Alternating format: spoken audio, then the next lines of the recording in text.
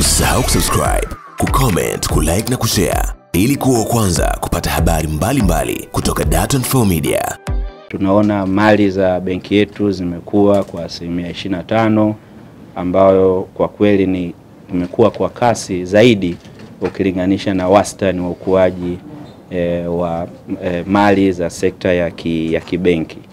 Lakini pia tunaona pia mikopo nayo imekuwa kwa zaidi ya 20%, ambacho ni kielelezo kwamba benki yetu basi inaendelea kuwa kinara katika kuleta ujumuishi wa kifedha, lakini pia kuchochea maendeleo ya taifa letu. Ukwasi nao ulikuwa kwa 16%, ambayo kwa kweli ni kielelezo cha namna gani wateja wetu wanaendelea kutupa imani kwamba TCB inapokuja basi kwenye masuala ya kifedha, masuala ya kibenki, basi ni benki ya kuja kuwezesha kufanikisha ndoto zao.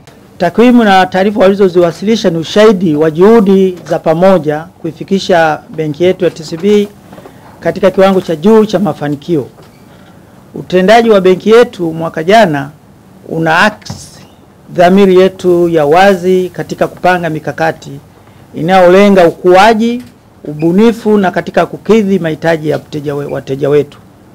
Vile vile uwekezaji wa kimkakati katika teknolojia ya kidijitali unaelezea dhamiri yetu ya kuboresha ufanisi katika utendaji wetu wa kazi. Katika mwaka huu wa fedha tunakusudia kuendelea kuboresha ufanisi wetu ili kuwezesha ukuaji wa taasisi hii. Malengo yetu ni kuboresha mizania, kujenga taswira mpya ya taasisi yetu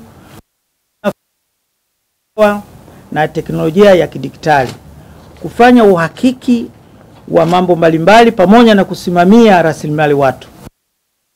Usisahau kusubscribe, kucomment, kulike na kushare ili kuwa wa kwanza kupata habari mbalimbali kutoka Dar24 Media.